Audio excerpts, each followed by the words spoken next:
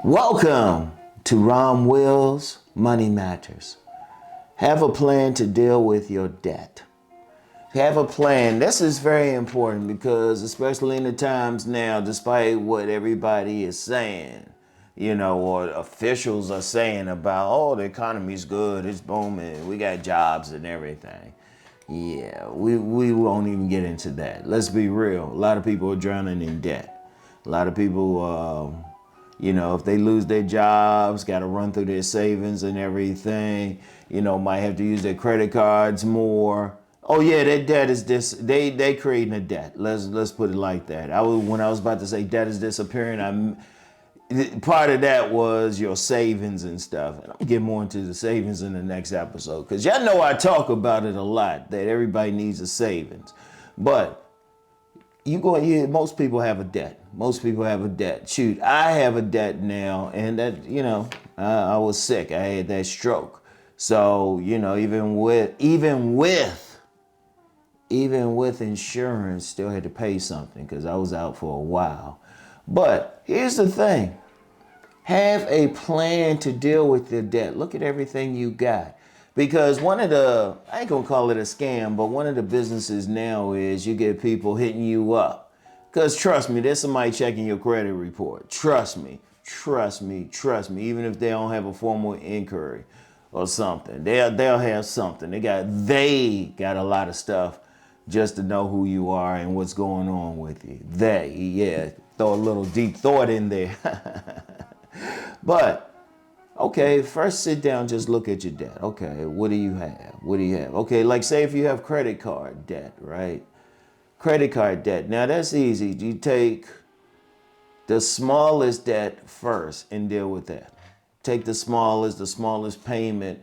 And incidentally, when you pay your credit cards, always pay a little bit more than whatever the minimum is. Especially if it's a credit card drawing interest. Always pay a little bit more because let me address that real quick because I've been in that position before. You just paying the minimum and thinking you're doing something, but it has like interest on it. All of a sudden you're like, well, wait a minute, I've been paying the minimum. Why is it more money?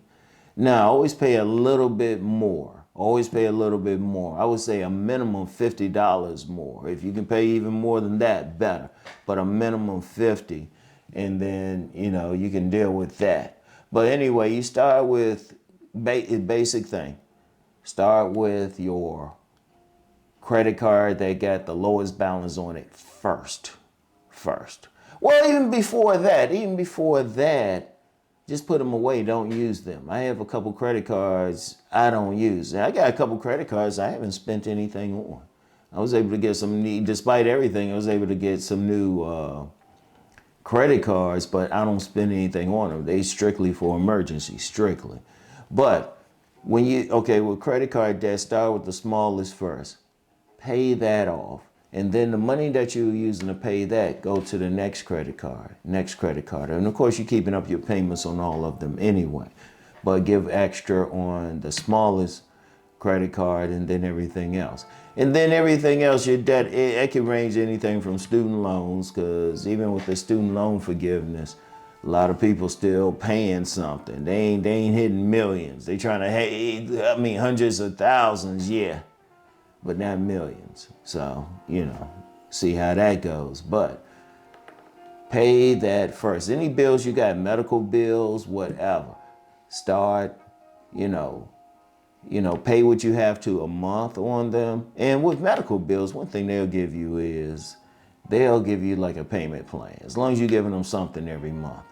As long as I remember when I was in the hospital, a nurse was just like, yeah, just give them $5 a month.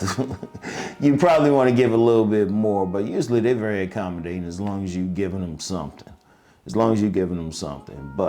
And so many people got medical debt, and that's a whole other conversation.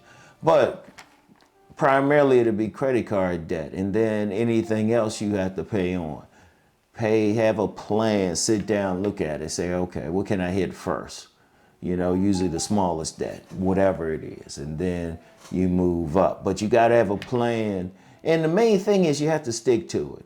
And you have to realize, yes, I can pay this off. yes, I can do that. You might have to give up some stuff. You're gonna have to sacrifice some stuff. You might not be able to go to, well, you got some of these restaurants closing now. You might not be able to go anyway.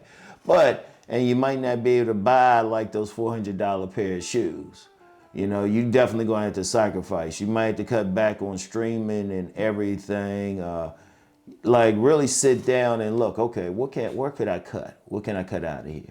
You know, you might not need to stream like some regular channels or whatever you're doing. I was talking with a lady friend and she was mentioning she don't even watch regular cable. She got like regular cable. She'll just stream some stuff, and she's a sports enthusiast, so she'll stream mostly sports channels and stuff, but that's it.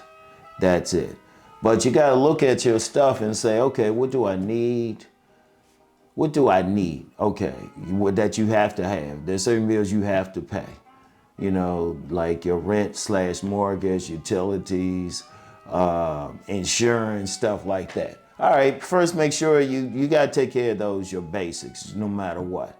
All right, then you say, all right, let me start with the smallest one first. Boom. And then hit the next one, next one, like with credit cards or debt in general. Debt in general. Start with whatever you have, but you got to have a plan and you got to stick to it. Now, this means you might have to dip into your discretionary income. There's nothing wrong with it because that's probably what got you in debt anyway, so you need to cut back on it. You know, because one of the stupidest things is people got a great debt, but they keep spending money like crazy. They might need to talk to somebody about that or look into why they spend their money like crazy. Because I've heard of people who were shopaholics. They were literally addicted to shopping. They would just buy stuff and not even really use it. You know, you got to cut back on that. Everything discretionary. You know what? You might have to hold back from going on that fancy vacation, you know? And yeah, I know that's tough because I'll highly recommend vacations, but you in debt, you got to take care of the debt first. You might have to have a staycation, just stay home and chill, whatever. But that money you were going to put into that fancy vacation, it needs to go to putting your debt down. Because trust me, you want to deal with it. You don't want to be in that position because when you have debt, you start missing payments. And the worst thing is you're in a position where you might miss your rent or mortgage. There's a lot of foreclosures, and rent-wise, they throw your ass out quick. Like my co-parent was talking about a couple people in the building she lives in. They both moved out the same time on a Saturday night. She was like, who does that? They must have had some issues. They must be ducking something. And where she lived, there were 2 people who got evicted right next door to her. One of them needed to be. That's another story. But the other 2 straight people.